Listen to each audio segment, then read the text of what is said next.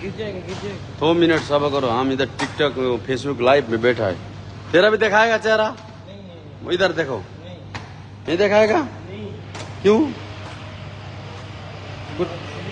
कुछ मेरा फ्रेंड को हाई हेलो कर दो ना। इधर का नहीं है, टिकटॉक नहीं है। तुमको क्या जानता है? तुम सुपर स्टार है? इधर ही है, इधर देखो। यस, लो हजुर पक्न लाग्यो, खानामै यसरी पकाइसी। उस्ताद जी देखो इधर थोड़ा, बस तयार हुँदैछ। बोक्लक।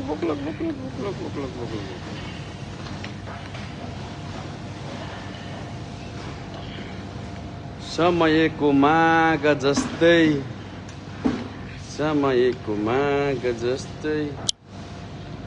हेलो दर्शन नमस्ते सबैजनालाई। धेरै पछि म पनि फेसबुक लाइभमा यसो जोडिनु पर्यो भनेर आएको। सन्चै आरामै हुनुहुन्छ होला सबैजना।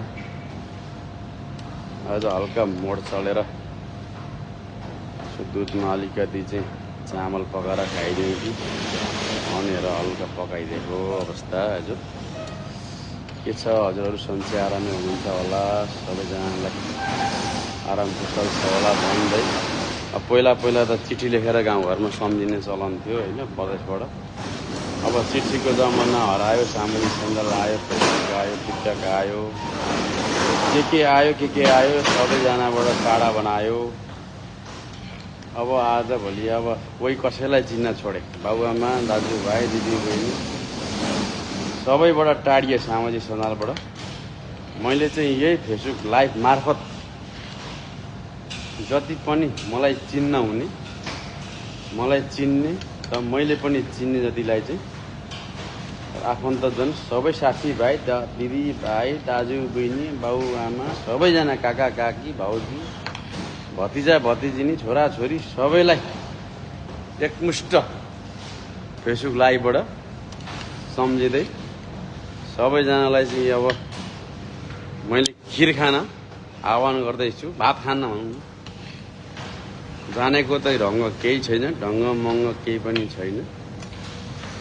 केही पनि यसो झल्का फल्का यसो छुट्टीका बेला कोही नभए नि एक्लै जोस जगर चढेर दिउँ न त हल्का, अब भात पकाएर खाइदिउँ भनेर। जानेको ढङ्ग केही छैन। कुक चाहिँ यता हुनुहुन्छ सर, कुक सरले यता बनाउँदै हुनुहुन्छ सबैजनालाई। म चाहिँ यसो आफ्नो लागि मेहनत गर्दैछु, झल्का जाने नजाने भए पनि यही फेसबुक लाइभ मार्फत सबैजनालाई सम्झेको छु। साथीभाइजना सबैजना नरिसाउनु होला।